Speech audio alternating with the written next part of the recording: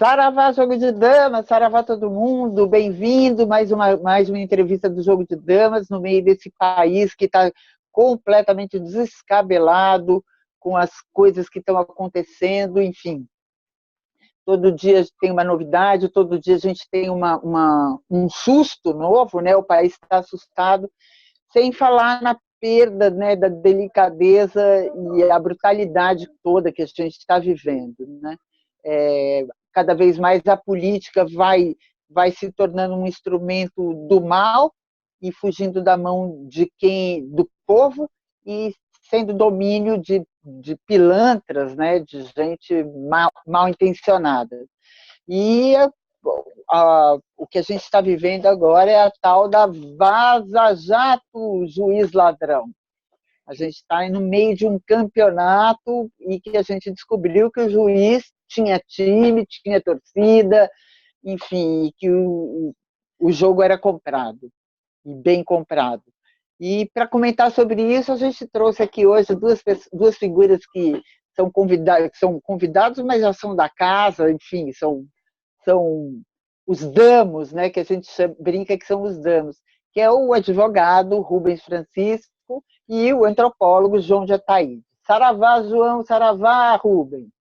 Saravá. É isso aí. Então vamos dar partida nessa história aqui, porque o jogo corre.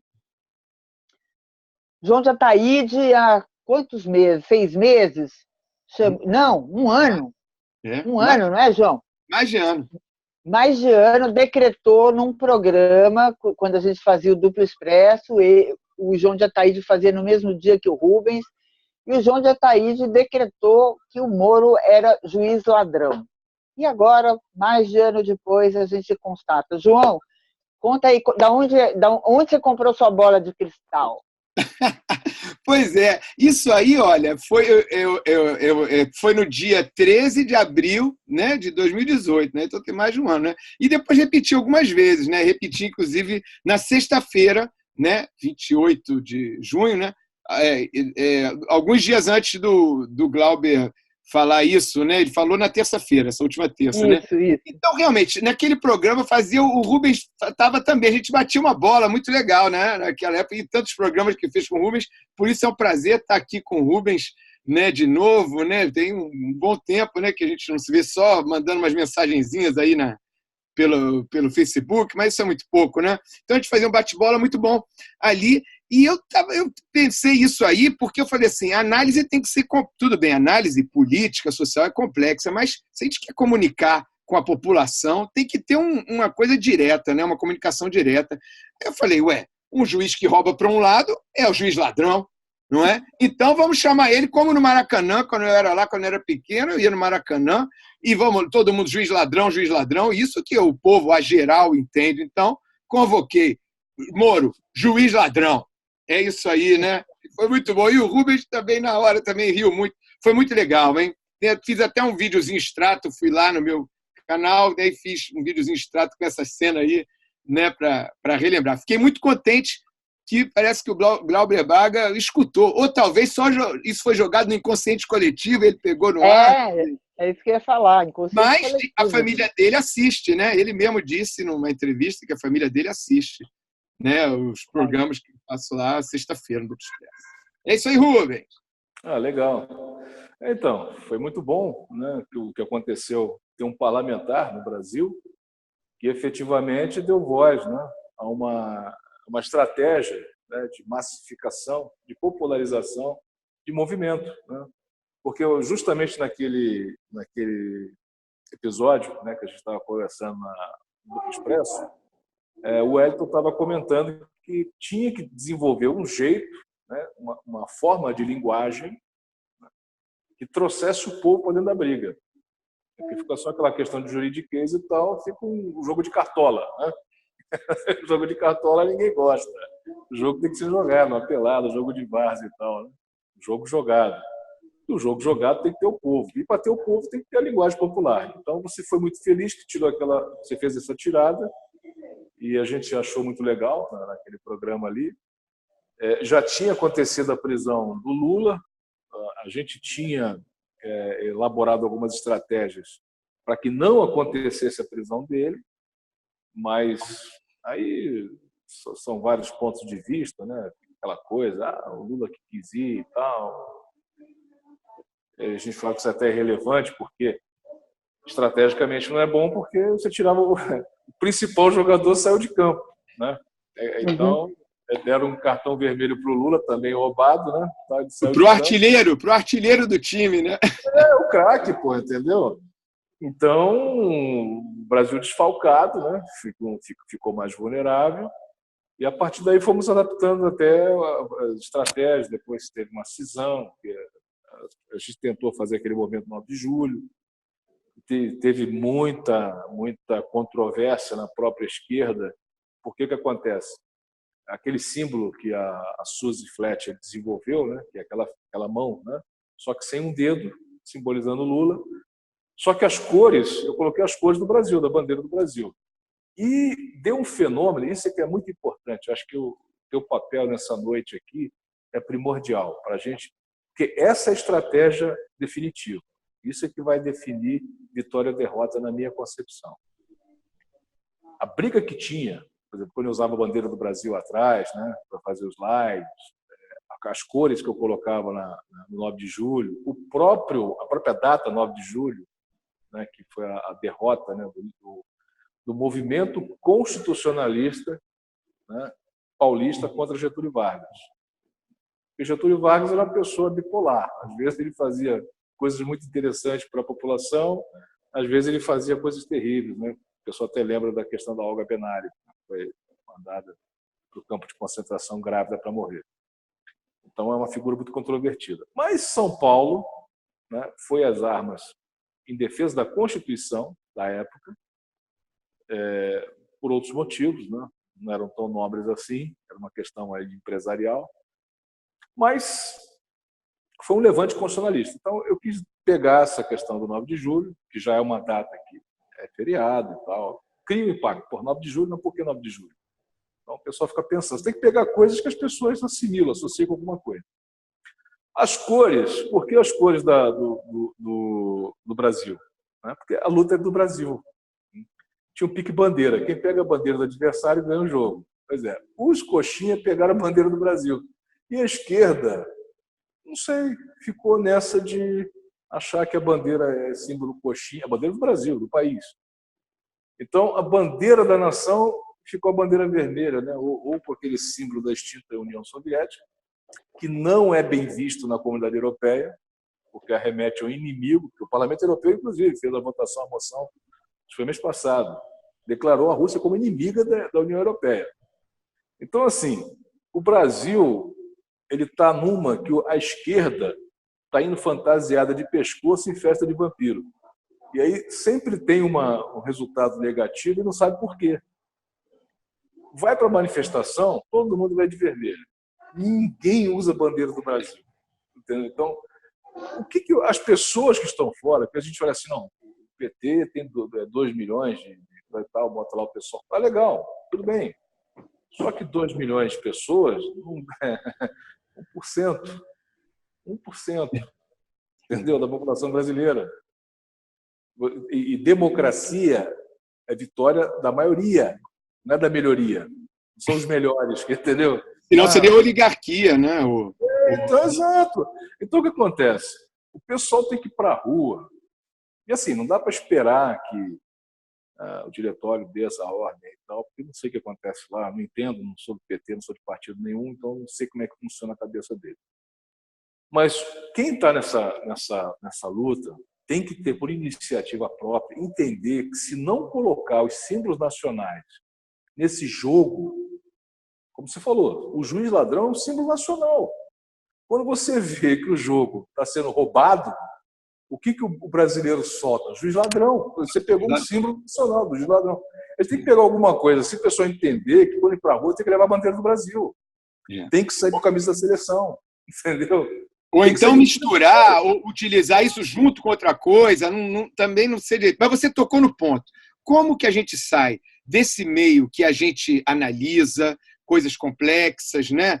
Tenta entender o que está acontecendo, mas que é um meio relativamente restrito, né? Esse, né, que a gente está fazendo parte, e provavelmente as pessoas estão nos assistindo também, né?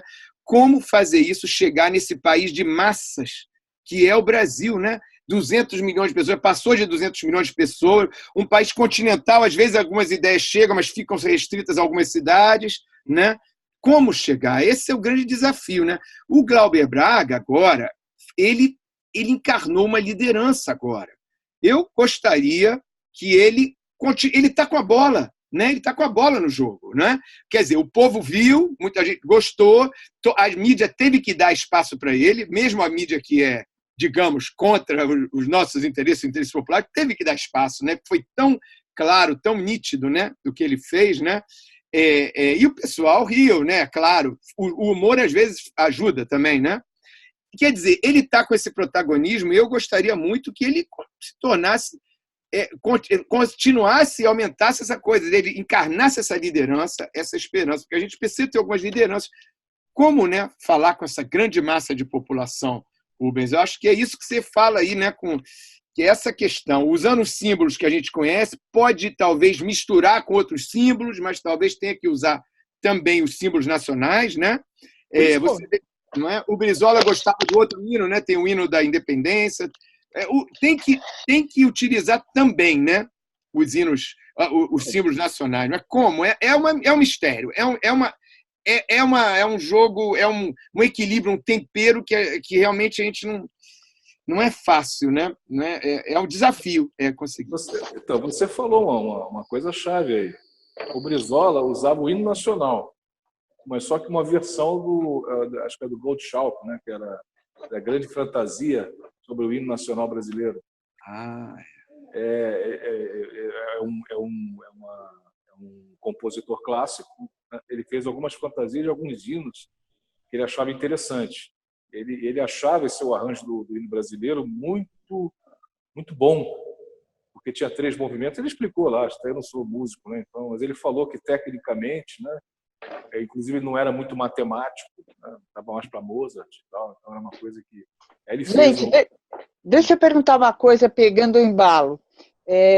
Os símbolos brasileiros foram capturados pelo que se chama de coxinha, reaças, à direita, enfim.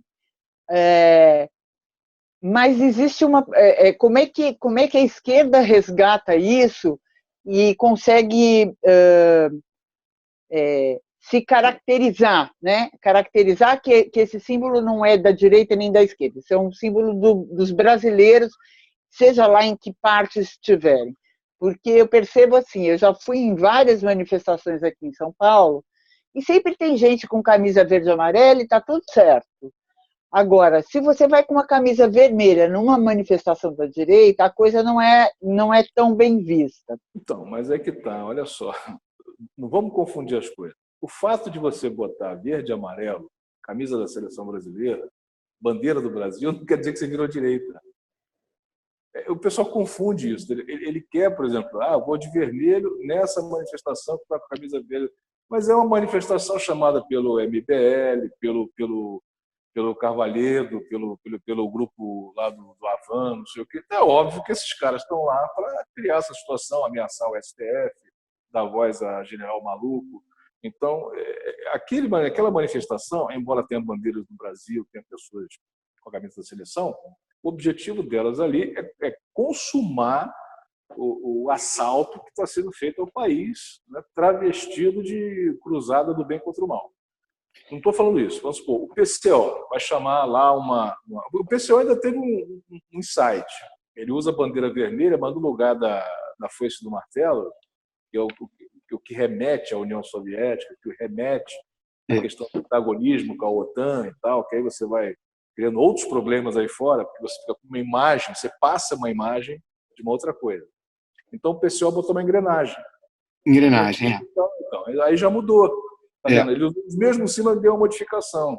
Eu achei muito interessante isso dele usar a engrenagem, e eu fui reparando, outro dia estava vendo, a Iugoslávia usava a engrenagem num dos símbolos nacionais, sem a foice e o martelo. E a Iugoslávia parece que foi uma experiência muito interessante, né? Independente, né? de um lado, de outro, né? Um socialismo independente, né? Eu gostaria de entender melhor, né? Mas eu acho interessante essa engrenagem também. Na verdade, assim, a União Europeia não tem problema com o socialismo ou com as teorias de Marx e Engels. É que assim, eu vejo muita gente fala, sou comunismo, mas nunca leu Capital. Quando eu estava na faculdade, não tinha nem a tradução do 5º volume para português. Então, assim, é quase certo que essas pessoas que ficam com essas bandeiras por aí nunca leram nada disso. Então, o problema não é a teoria de Marx e Engels. O problema é a União Soviética. O bloco soviético em relação à OTAN e ali a questão geopolítica, o continente eurasiano. É um negócio completamente diferente. E quando você vai na Paulista, aí você vê aquele cantinho entre a Consolação até ali a Doc Lobo, no máximo, ali que chega, todo mundo de vermelho. Né? E só com aqueles rap, com aquelas coisas e tal.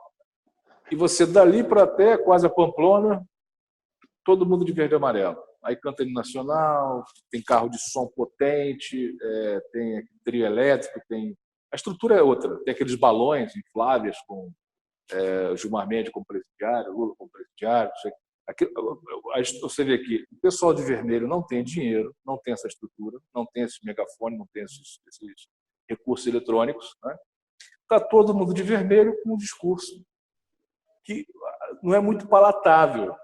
Para quem não está entendendo muito bem o que está acontecendo, o Lula está preso lá, o pessoal é lulista, gosta do Lula, não sei o quê, mas o juiz falou que ele é ladrão. Não foi só não foi só o Moro que falou que é ladrão. 3 desembargadores falaram que é ladrão, tá certo? 5 ministros do STJ falaram que ele é ladrão. 6 dos 11 ministros do STF confirmaram que ele é ladrão. Então, na cabeça do povo, o ladrão é o Lula. Porque não é só o Moro que fala isso. É o que eu estou falando. Você tem que trabalhar. Você dissolveu a primeira ponta do iceberg, que é o Moro. Era a ponta mais difícil. Agora você tem que trabalhar. TRF4 não adianta nem gastar energia.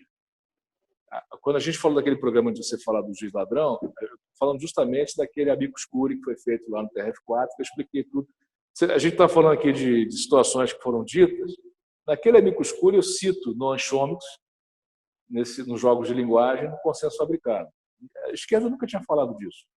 A partir daquele amicus curiae, alguém pegou a ideia, foi lá falar com o Chomsky pegou algumas coisas e tal, e realmente é justamente o que o Chomsky detecta como está o modus operandi, como os Estados Unidos trabalham para sabotar democracias mundo afora.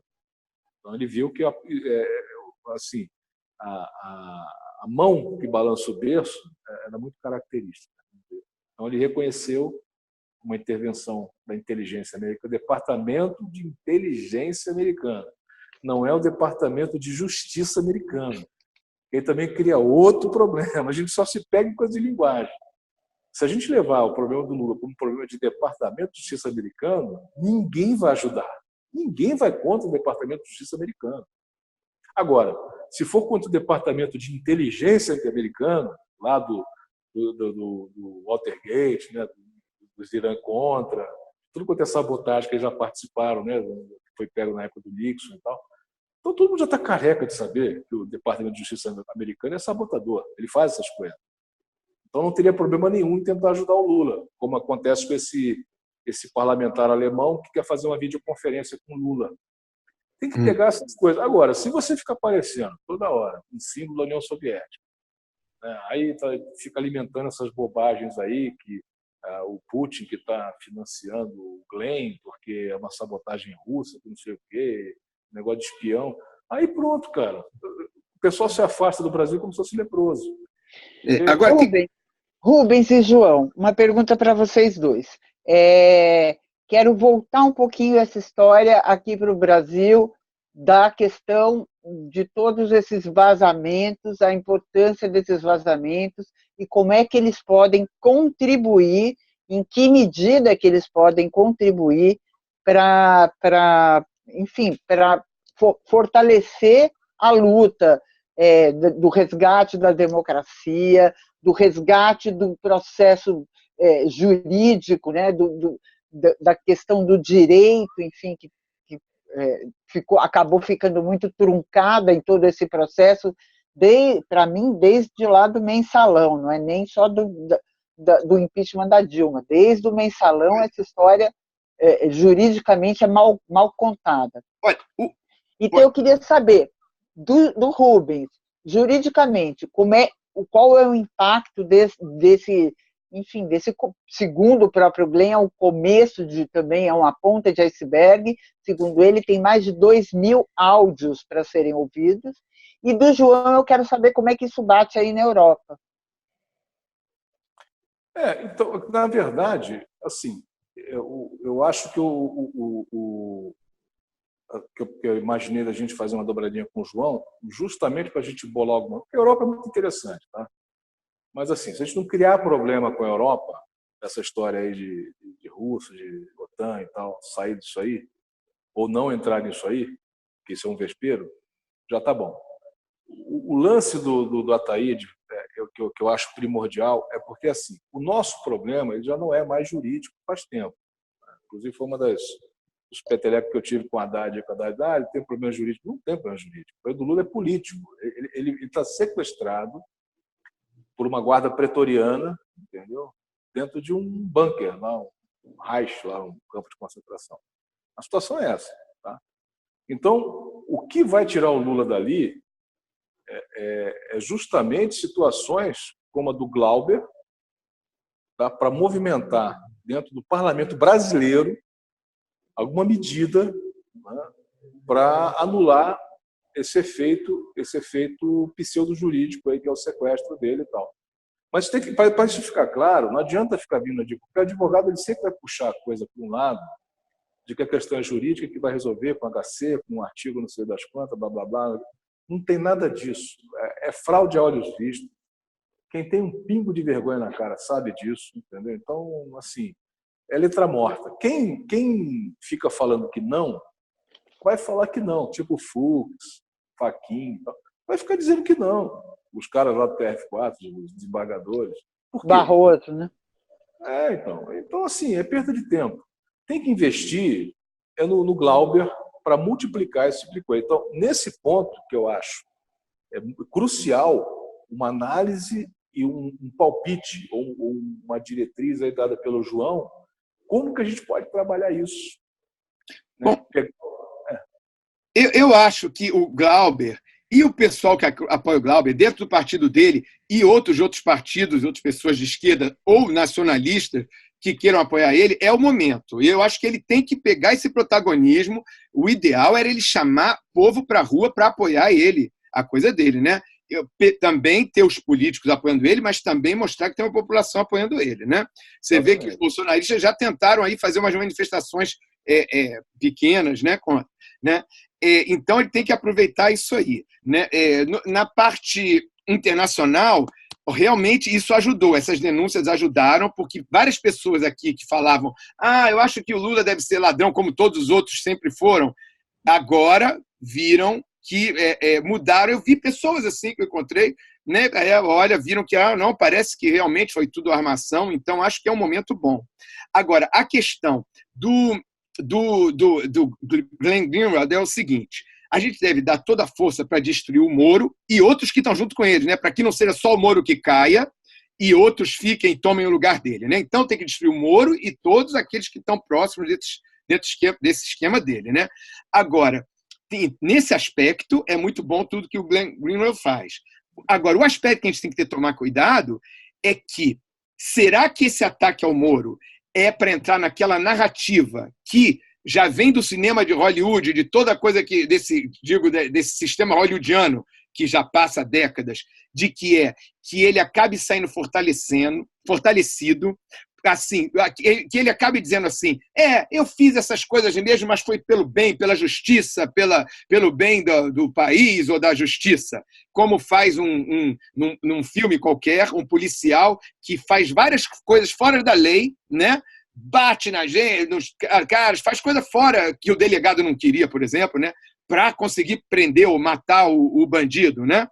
Então, o perigo é esse, né? O perigo é que ele saia fortalecido, né? O Moro ou algum outro próximo, ou saia fortalecido como pessoa que faz uma coisa brutal, né? Mas pelo bem da nação, e que justifique isso, né? Como algumas ditaduras se justificaram, né? Tipo, João, mas, assim, essa história, desde o começo está isso, porque isso permanece, né? Ah, mas se é contra a corrupção, tudo bem. As pessoas não sabem o que é o papel de um juiz, né?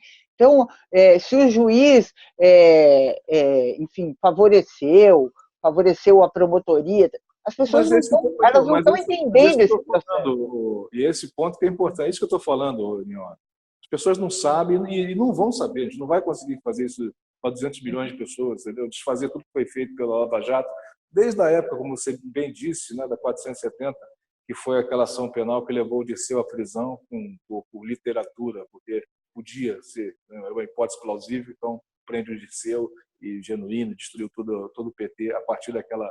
Então, para destruir isso vai ser muito difícil.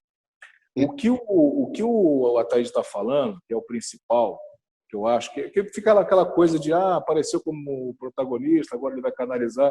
Eu até achei legal a postura dele no Duplo Expresso, que ele falou assim que não podia ser só ele. Não pode ser protagonizado por apenas um partido, ou um indivíduo, ou um parlamentar. Isso tem que ter uma responsabilidade dividida entre todos os partidos progressistas e tal. Eu achei legal a postura dele.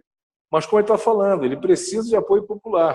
O que o Ataíde está colocando, eu acho que a gente tem que traçar uma estratégia para implantar, né? Como é que dá apoio para o Glauber, ampliar isso, de repente falar com o Boulos, porque o Boulos consegue botar a gente na rua. Foi ele que arrumou as primeiras provas aí, em relação à fraude do triplex, do que ele realmente era, do que estava nos autos. As fotos que estavam nos autos, alguma revista de decoração de arquitetura, porque o triplex mesmo era um multiplex, né? Era uma porcaria. Então, assim, a gente tem que arrumar uma estratégia efetiva de, sei lá, bater na porta lá do Glauber, estamos aqui, vamos ver se a gente ajuda, tentar falar com outros canais aí para tentar fazer uma aliança, para dar visibilidade para o Glauber. É que vai gerar aquela coisa. Esse é o problema da política de esquerda, quando um assume protagonismo, né? E aí o pessoal não fica naquela competição, não aceita. A gente tinha que arrumar um jeito deles saírem desse milindre, entender que a hora é essa. É como ele falou, o Ataíde botou bem a figura de linguagem. A bola está no pé do Glauber. Ele que está com condições de gol, entendeu? Vamos dizer assim, você tem lá o Neymar do PT e tal, mas ele está fora do jogo, ele está na linha lateral, está no meio de campo e tal. Quem está no jogo e está em condição de chutar gol é o Glauber. Então tem que deixar a bola para ele, segurar a zaga e tentar fazer o gol. É isso. Eu acho que ele tem que continuar e pôr a boca no trombone, continuando com linguagem popular, entendeu? Para ver se ele vira uma espécie de ídolo político, ídolo do povão. Que fala que o pessoal simples fala, esse cara fala aí, eu entendo, gostei desse cara aí, entendeu? Ele tem que sair com várias coisas simples, entendeu? Quer dizer, tem hora que ele faz análise complicada lá, mas várias tiradas simples que explique rapidamente que o cara muito simples, aquele cara que vê futebol, aquela pessoa, trabalhador simples ou pobre do Brasil, fala, gostei desse cara aí. Esse cara é um cara novo, ele é um cara novo, jovem mesmo, né? Esse cara deve ser diferente. Acho que é uma das maneiras. Queria só dar um toque de uma coisa, que eu tive um brainstorm aqui, não sei, mas digo aí, quem sabe serve. Uma das opções para ter símbolos nacionais lá, misturados com as bandeiras vermelhas e tudo mais, pode ser utilizar as outras cores do Brasil, no primeiro momento. Daqui a pouco a gente vai poder voltar a utilizar o amarelo muito. Mas lembra que a camisa do Brasil, a segunda, é azul, e a gente já ganhou várias Copas com azul, não é? Quem sabe a gente pega esse símbolo, olha, é Brasil também, mas é o azul, né? Outro símbolo também. Tem o verde do Brasil, que ainda mais representa a Amazônia, nesse momento, né? Tudo isso. A única questão é que o verde antes foi associado com os militares, lá atrás, mas era o verde oliva, não era o verde da Amazônia. Então, essa coisa da camisa azul pode ser interessante, tá? E outra coisa... Outra coisa também, sabe que as escolas de samba fizeram uma coisa muito legal, né? Que começou a escola de samba do Rio. Isso, o cara, por exemplo, colocava a metade da camisa Mangueira, né? E metade da camisa Flamengo. Também tem Mangueira e outro lado Vasco, né? Então, depois tem vários. Aí também tem, sei lá, Vasco e União da Ilha. Sabe que as diversas escolas de samba tem, né? é uma maneira também de você ter meio a meio, uma coisa assim, né? Até que a gente, depois de fazer várias manifestações, talvez leve um tempo, talvez meses, talvez até anos, possa voltar a usar o amarelo, o canarinho, né? Sendo como uma coisa nacional. Porque eles estão se apropriando, o outro lado, né? Os bolsonaristas estão se apropriando e deturpando o símbolo nacional, porque eles são os entreguistas, eles não são os nacionalistas. Exatamente. Somos nós os nacionalistas, né? Então, Exato. eles deturparam o símbolo. Então, talvez a gente tenha que ter uma estratégia para que esse símbolo volte para a gente. Talvez uma possibilidade seja usar a camisa azul e misturando com vermelho, mas azul ou utilizando alguma coisa do verde. Foi uma ideia aqui, só que me passou pela cabeça, que está dita aí. The Blue Stars Coming Song. Olha aí. É uma opção, né? Meninos, acho que a gente está indo para a última questão aqui. Enfim, hoje a grande denúncia dessa semana, de hoje em especial, foi a questão da interferência da política brasileira na questão da Venezuela. Eu até brinquei que no dia que a Veja, que saiu o último vazamento aí da Veja, né, que fez uma matéria enorme e tal, só se falava disso, só se falava, agora o muro caiu, Eu falei, gente, daqui a 5 minutos eles vão inventar uma crise, a direita, né, vai inventar uma crise na Venezuela, porque eles estavam encurralados. E parece que eu previ, né, porque daí saiu o vazamento agora sobre a Venezuela. Isso demonstra, inclusive, que é um ataque não só ao Brasil, como à América Latina, em especial países que têm petróleo, né? E coisa que a gente já sabia, enfim, mas está ficando isso cada vez mais claro. Como que a gente explica isso para o povão? É muito simples. É só assistir o filme do Snowden. O Snowden, né, é justamente aquele caso, né, do agente norte-americano que denuncia o sistema de vigilância global norte-americano, né? Ele denuncia justamente para o Glenn, né? Ele, na época lá, o The Guardian, na Inglaterra, ele faz essas denúncias, passa e tal. Inclusive o Davi, que hoje é deputado, né, pelo PSOL, e é o cônjuge né, do Glenn. O pessoal ficava lá pegando no pé dele direto. Ficou preso na Inglaterra por ordem do Serviço de Inteligência americano em cooperação com o Serviço de Inteligência britânico. Então teve toda uma pressão do Glenn, não é de hoje. Se vocês assistirem esse filme do Snowden, vocês vão entender a situação Brasil-Venezuela e essa questão do sistema de vigilância global norte-americano, que não essa história de segurança nacional dos Estados Unidos, ou segurança mundial, é uma conversa fiada para poder roubar petróleo no mundo afora, né? Claro. Isso o Snowden mostra em 2 situações do filme. Tem 2 recortes que ele apresenta a Dilma, aparece a Dilma lá e tal, como é que é feito, como é que ele insufla, né, a insatisfação no meio do povo, a desconfiança, como é que a insurgência, né? E aí mostra até o Petrobras, o vídeo da Petrobras. Olha, perceba, Snowden é norte-americano, ele não é do PT, entendeu? Ele não ganhou da Lei Rouanet para fazer o filme, ele é americano e ele denunciou isso porque achava importante para uma segurança global. O que estava por trás disso? O que chamou a atenção do Snowden quando ele fazia as análises? Ele era analista, né? Ele não era um agente de campo, tipo 007, que vai lá, mata os caras e tal. Ele fica analisando o computador e os estragos que ele provoca em cima, por conta desse trabalho, são muito maiores que o 007. É dali que saem as grandes tragédias que o Império Anglicano promove mundo afora. Na análise, ele percebeu a relação de países, né, que deveriam ser vigiados, né, que teriam um tratamento especial de monitoramento do programa americano, em função dos riscos que apresentam para os Estados Unidos por terrorismo. Nessa lista estava a Venezuela. O que chamou a atenção? Venezuela nunca foi risco assim, de terrorismo, risco ofensivo para os Estados Unidos. Então ele começou a analisar o que a Venezuela tem em comum com países árabes. Petróleo. Então, o programa de vigilância norte-americano, e esses financiamentos que são feitos pelo Departamento de Inteligência americano, não é pelo Departamento de Justiça americano, Departamento de Inteligência americano.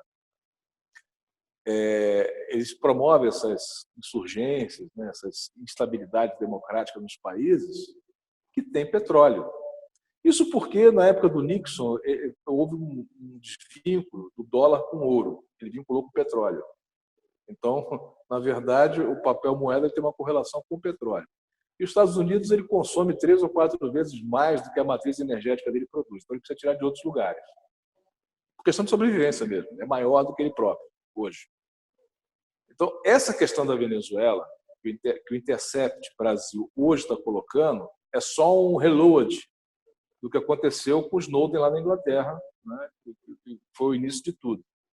Então, se você pegar os programas, né, que a gente fala lá do Duplo Expresso, os outros do Jogo de Damas, a gente já conversou isso no Jogo de Damas lá atrás, tinha a Patrícia Valquer, tinha aquela outra que falava muito lá. A Baby.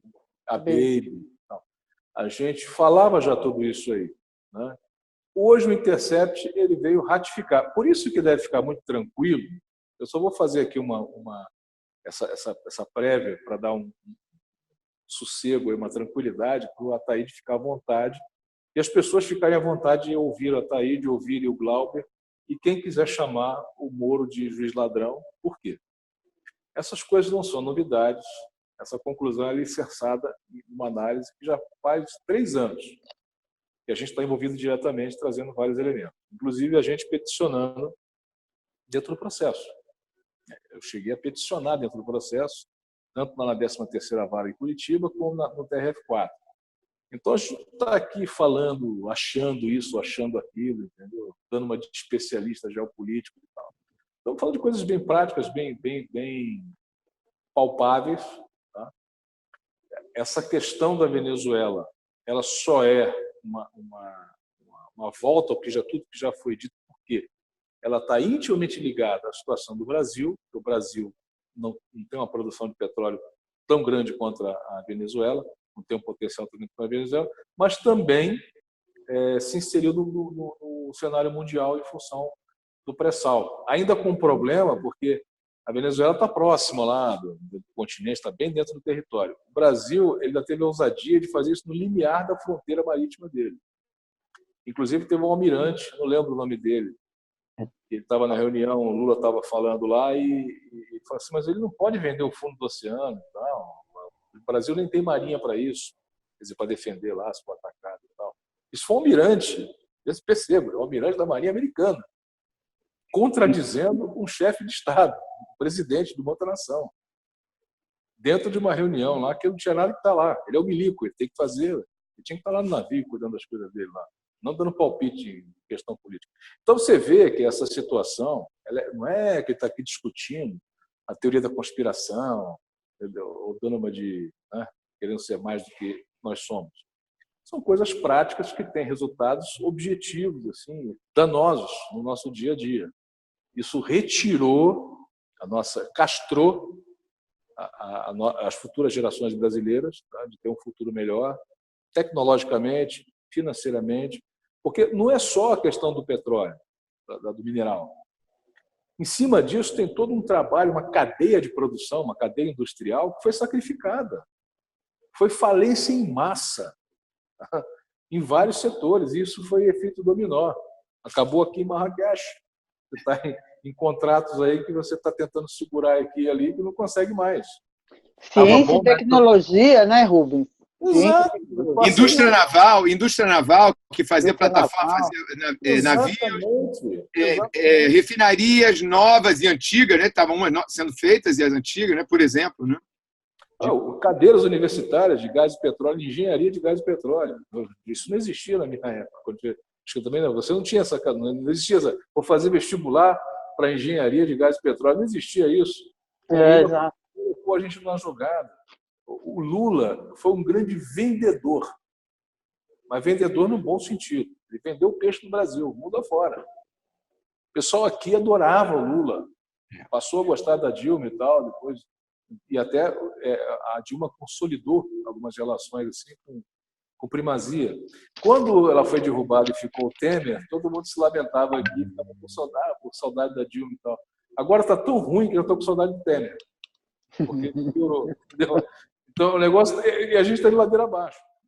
E a criminalização da política, a caça às bruxas, a destruição do que o Lula fez para o Brasil, como se fosse uma coisa ruim, que na verdade foi boa. O pouco importa se a Odebrecht, quando chegou aqui em Angola, olha, eu te dou 2% e fechar o contrato comigo. Por quê? Porque os Estados Unidos, quando vem fazer o mesmo serviço, ele quer 5, 6, porque todo mundo quer ter os Estados Unidos como parceiro, então paga até mais. Agora o Brasil vem e fala assim, não, eu deixo a minha taxa só em 2%. E a nossa tecnologia, a gente é capaz de fazer esse serviço de infraestrutura do mesmo jeito, como realmente conseguiu fazer. É parte do complexo de vira-lata, né? Como se o Brasil não pudesse ter empresas pelo mundo e ser orgulhoso dele mesmo, como o Brasil estava orgulhoso. Qualquer lugar do mundo que você andava, África, Europa, o pessoal admirava o Brasil. O pessoal falava assim, vocês são o futuro, vocês são o futuro. Não é? Eu me lembro que uma vez eu estava no Benin, aí tinha uma festa no Benin e tinha os franceses, mas os franceses todos assim, um pouco mais baixos, assim, e muitos africanos, e tinha eu e um venezuelano que trabalhava para a embaixada jovem. E a gente estava com uma energia mais ou menos assim parecida, no sentido que a gente estava representantes ali de países que estavam com a bola toda, né? Que a gente estava falando de futebol, a bola toda ali. E eu vi várias vezes os franceses falando assim, vocês é que são o futuro, agora a coisa é com vocês, a gente está envelhecendo. Isso, pessoas jovens, franceses jovens, falando para mim e para o venezuelano. Né? Isso me impressionou muito, era naquela época, né, que o Brasil estava... Às vezes quem está no Brasil, quem não saiu do Brasil, só saiu rapidamente de turismo, não tem consciência de como o Brasil, e o Lula e o Brasil em geral, né, estava totalmente bem visto no mundo afora, não é? A gente não é verdade, Rubens, né? Ô, João, eu queria até fazer uma parte. Para mim, inclusive, esse foi um dos grandes motivos do golpe, né? Houve sim uma ciumeira, né? Porque de repente o Brasil virou a bola da vez. Na época, em 2009, eu trabalhava numa multinacional norte-americana aqui no Brasil, e foi a época que deu a quebradeira lá da bolha nos Estados Unidos, 2008, 2009. E a maioria dos executivos, é uma empresa, uma multinacional enorme, que tem, enfim, no mundo inteiro, todo mundo queria, os americanos, até o presidente veio aqui, todo mundo queria morar no Brasil, que foi era uma empresa de consumo pequeno, pasta de dente, shampoo, blá, blá, blá. Ou seja, coisas que não entraram na crise, porque as pessoas continuam tomando banho, sabonete, shampoo, pasta de dente, fralda, enfim. E o Brasil estava bombando porque a classe pobre começou a usar fralda descartável, a classe pobre começou a comprar uma escova de dente melhor, enfim. E o Brasil começou a bombar. Isso era governo Lula, tá? E a briga sempre houve uma briga para conseguir vaga de intercâmbio, né, dos trabalhadores para trabalhar na França, na Holanda, na Inglaterra, e inverteu, é isso que você está falando, inverteu esse circuito. As pessoas queriam vir para o Brasil, vieram muitos executivos nessa época, 2009, 2010, vieram trabalhar no Brasil com família, trazendo todo mundo, porque o Brasil realmente era a bola da vez. Foi quando o Obama lá falou que o Lula era o cara, logo em seguida. Que foi meio que um beijo de Judas, né? Falou que é o cara. Um beijo de Judas. Só esse aí que a gente tem que pegar. É porque quer pegar o cara que é bom, né? Que está com a força toda, né? Que está com a força toda. Eu acho que tem isso, porque na minha área, pessoal, universitários do mundo inteiro, né, professor, fizeram concurso e hoje tem muito professor estrangeiro, né? Europeu, por exemplo, dando aula no Brasil, que fez concurso nos últimos anos, porque estava bom, o salário tinha aumentado, os professores universitários, né? Eu acho que tem isso, de impedir o Brasil, uma espécie de ciumeira, a gente pode chamar, simplificar, né? Mas quando viu que o Brasil estava numa posição de liderança, a verdade é que os países desenvolvidos centrais né? Eles não querem que entre um outro país assim, não pode entrar um outro país assim do sul, não, né? Então o Brasil estava subindo demais, né? Deram um jeito aí de cortar as asinhas do Brasil, tá na cara, que é ligado a isso, né? Eu acho que é isso. E se o Brasil se aliasse de alguma maneira, a Venezuela se aliasse com o Brasil, com o Mercosul estava abrindo para a Venezuela, né? O Venezuela era um associado, observador, tinha alguma coisa aí, né? Ele estava ali começando a entrar, né, no Mercosul. Se ele entrasse aí, fazendo essa união, Argentina, Brasil, Venezuela, é demais para os Estados Unidos e outros países imperialistas. Certamente isso aí contou muito, muito para dar essa rasteira no Brasil, porque não é só uma rasteira política, é política, econômica e, infelizmente, social. Quer dizer, aquela positividade do Brasil foi para o fundo também, né? Então tem esse aspecto também, né? Por isso que eu acho isso aí, olha, relembrando, hein? Uma das opções é usar um outro símbolo nacional, que é a camisa azul, que a gente pode usar azul e branca, as outras duas cores do Brasil, né? Inclusive com essa camisa azul da seleção também, né? A gente ganhou a Copa nos Estados Unidos. Quer dizer, que pode ser que essa camisa dê sorte aí, inspire a gente para vencer um jogo no campo dos americanos. Porra, isso ia ser demais. Gente, esse é o Jogo de Damas, JDD, hoje aqui com o João Ataíde, antropólogo, que mora lá no sul da França, e o querido Rubens Francisco, que fazia tempo que não dava o ar da graça por aqui, que está onde? Onde você está, Rubens? Eu estou em Marrakech, Marrocos. Não, ele está para lá de Marrakech. Está para lá de Marrakech. Está fazendo o que aí, Rubens? Então, aqui teve o Fórum, né, de Farmacologia, Fórum Internacional de Farmacologia. Então, tem alguns contratos aí, tem algumas indústrias no Brasil que exploram esse nicho, né, É que a farmacologia ela tem ela é diferente, ela é tratada de um modo diferente aqui em Marrocos, né? Ela é praticamente a farmácia alopata tal qual a gente conhece, né? Como, por exemplo, a Roche, a Bayer, tal. Então você tem aqui empresas, né, que têm esse mesmo status, mas eles trabalham com a homeopatia, vamos dizer assim, né? A gente até fala, não tem muita diferença de cosmético para medicamento. Por exemplo, ele tem uns óleos aqui que eles indicam para passar na pele, no cabelo e tal, mas não só para deixar, por exemplo, o cabelo bonito, como tem o óleo de argan, né? As meninas estão pedindo para levar um monte de óleo, mas é complicado, né? Comprar um monte de potinho e levar é difícil. Então, mas também tem tratamento contra ipsoríase, entendeu? Umas plantas aqui que são características, eles tiram as essências e isso se transforma uma espécie de pomada, né? De remédio, né? E o Brasil tem umas coisas assim com a flora lá da Amazônia, que também é terapêutica, né? Você tem uma série de substâncias aí próprias de plantas e frutas. Mas, Rubens, mas a gente até precisa fazer um programa sobre isso. A gente já perdeu muita patente, né, de plantas.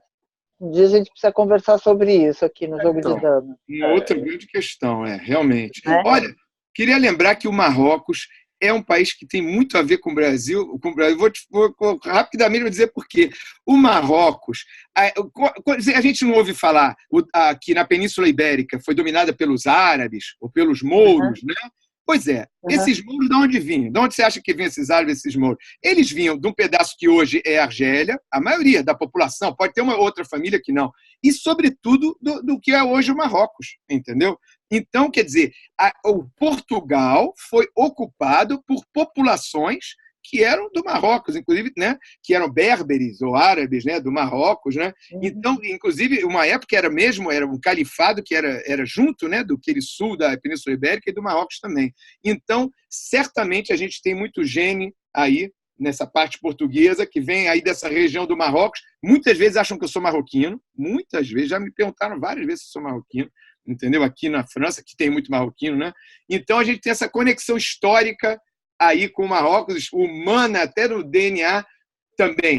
sobre uma palavra aí, vou dizer para vocês, uma palavra que vem do árabe, provavelmente do árabe aí do Marrocos, uma palavra que vem do árabe que não está naquela lista de palavras árabes que não é com all, com AL. Sabe qual é? Javali. Javali, só em português e espanhol se chama javali, cavali. Javali é do árabe. Javal é montanha, tá? E é aquele que é da montanha, né? Quer dizer, Iraqui, é o cara que é do Iraque, né? Iraqui. Javali, então, é aquele que está na montanha. Tem montanha aí no norte do Marrocos, tem montanha também no norte da Argélia, e essa palavra aí foi um amigo meu que estuda o Marrocos, linguista do Marrocos. Que interessante. Pronto, está aí. Javali. Eu fiz uns flashes, vocês pediram para fazer uns flashes de como é que era Marrakech, Casablanca e tal, né? Você teve Casablanca. O pessoal acha até que Casablanca, que é a capital do Marrocos, não é Rabat, também não é Marrakech, né? Rabat tem uma praia fantástica lá. Eu peguei uns flashes aqui de como é que é a cidade, então você vê claramente por que a 25 de março é daquele jeito. Você tem aqui a região do comércio aqui, né, de Marrakech, que é 25 de março escrita, misturado com Madureira, né, com o Saara lá do Rio de Janeiro. Aquela coisa que o pessoal coloca a banquinha e faz churrasquinho na calçada, o pessoal vem, pega um suco, vai comendo um espeto e vai falando e vai andando e tal. Você parece que está assim, nessas regiões populares do Brasil, fazendo compras e o pessoal falando. Que legal. Gente, esse é o Jogo de Damas, JDD, com esse papo delicioso aqui com o João Ataíde e com o Rubens Francisco, 2 damos que não precisam ser convidados, eles são da casa, inclusive, quando eles quiserem, eles sabem que eles podem convocar a gente, que as câmeras estarão ligadas. E a gente convida vocês também a assinarem o canal Jogo de Damas JDD no YouTube, entrar no Facebook, também curtir nossa página, enfim. E queria que os 2 queridos companheiros aqui de canal dessem um recado final. Tá bom, olha, primeiro eu gosto muito do Jogo de Damas, já, né, gosto muito de participar, sempre gostei muito de rever o Rubens, aí espero que no futuro a gente possa bater mais bola, já que o papo é juiz ladrão, futebol, camisa de futebol azul, não é? Então, que a gente possa bater mais bola no futuro aí, né, Rubens, né? E queria lembrar também que eu também tenho um canal YouTube, né? Não é um canal tão ativo quanto o Jogo de Damas, que todo dia coloca alguma coisa no ar. Mas eu, de vez em quando, tento colocar uma coisa por semana no ar lá. É só você colocar no YouTube lá, João de Ataíde. Tem o meu canal, você se inscreve lá, tá? É vídeo em português, tá? Agora, então é isso aí, olha, gostei muito, espero que a gente volte aí a esse assunto aí, né? Esse e outros assuntos aí, né? Nessa conexão que a gente faz. Tá legal? Rubens, aquele abração aí para você, hein? A bola tá com você agora. Tá joia. Eu só vou tocando a bola porque agora tá 2-1, né? Só segurar o resultado aí. E é o seguinte, gente, satisfação também enorme, a recíproca é verdadeira, nossa saudade aí dessa equipe maravilhosa que a gente está tentando buscar caminhos de comunicação aí com a população, vamos aprimorando esse trabalho, tentar chegar no resultado. O que eu posso contribuir aqui como advogado, né, dentro dessa celeuma aí do juiz ladrão, é dar o seguinte recado, jurídico, tá? Estou dando uma de consultor jurídico para vocês aqui como advogado. Vocês podem falar tranquilamente, juiz ladrão, no caso do Moro, né, dar força para o deputado Glauber, por ele ter chamado o Moro dessa forma na audiência pública, não por essa questão do intercept, que agora vem, não só, também, né? Pode até ser principalmente, mas esse trabalho que a gente está fazendo já faz um tempo, né? Mais de 3 anos aí, no meu caso particular, desde 2006, eu venho combatendo aí esse espírito que se instalou no Ministério Público. Infelizmente, se desenvolveu uma organização criminosa dentro do Ministério Público e foi se alastrando aí pela magistratura, pela polícia, e você viu o resultado, que é isso que o Intercept está mostrando, que de certa forma a gente já tem mostrado aqui há bastante tempo, né? Como a Ataíde bem lembrou, isso foi no ano passado até que fez esse programa. Mas, de qualquer jeito, o Glenn é um repórter premiado internacionalmente, né? Uma figura, não é qualquer um, ele é um repórter renomado, E o pessoal fala, ele vai ser deportado, ele pode ser preso, ele pode ter isso, pode ter aquilo. Olha, eu vi, por exemplo, a Globo colocando, né, a lei, né, que o cara que entra lá no sistema de dados e tal, e aí interfere no sistema de dados, pode ser preso. Se vocês lerem a lei que a Globo colocou, no finalzinho está assim: invadir sistema de dados e tal, com o fim de cometer ilícito. Não é só invadir, você tem que invadir com a finalidade de cometer ilícito. Então, se por exemplo, não estou dizendo que foi invasão, mas se, por exemplo, o Bolo fica falando toda hora que foi hacker, não sei o que e tal, tá. Mas se a intenção do hacker não foi cometer ilícito, ao contrário, foi para revelar um ilícito, a lei não se aplica. Essa lei não se aplica. Ela só se aplica quando esse aviso é bem importante, hein? Eu desconhecia essa história. Legal, Rubens. Então, eu dou até um exemplo prático, porque essa questão do ilícito, por que o legislador sempre coloca isso? Tem que ter o dolo da ilicitude, a vontade de prejudicar ou de fazer o mal, né? Para isso ser considerado crime. Não basta ser o ato só. Um caso assim muito tranquilo, que a polícia conhece muito bem, né? Os agentes penitenciários podiam usar armas, muralha, essas coisas ali na região. Só que você ficar desarmado, tinha esse problema aí de legislação, você se torna um alface para a organização criminosa. E às vezes você tinha lá que ficar com um indivíduo complicado e você, sem arma, sem nada ali, como é que você ia manter? Você ficava só com um PM na frente lá da muralha e, se fosse abatido, o resto todo ia ser sob controle. O que a gente desenvolveu? A gente pegou o suporte de madeira que é feito para as espingardas, colocamos um cano de ferro, né? À distância, você olhando, dava a impressão que o sentinela estava com arma de fogo. Na verdade, era só um cano de ferro com aquela madeira que é própria de armamento dele. Isso a gente chama no universo jurídico de simulacro.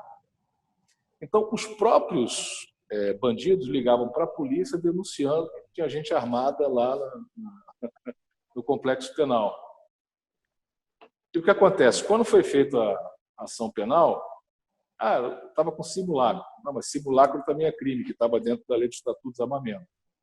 Eu falei para o promotor, não, leia a lei direito. Se portar simulacro para atemorizar outro, quer dizer, simulando estar armado para atemorizar outro, com o fim de cometer ilícito. Quer dizer, se você pega a arma e vai atemorizar o outro, mas para evitar um ataque, por exemplo, a você e a sua família, você não está cometendo crime. Agora, se você pegar um simulacro para cometer um assalto, tanto faz se está armado, se está com simulacro, você cometeu um assalto à mão armada. Você cai naquele negócio de assalto. Está entendendo?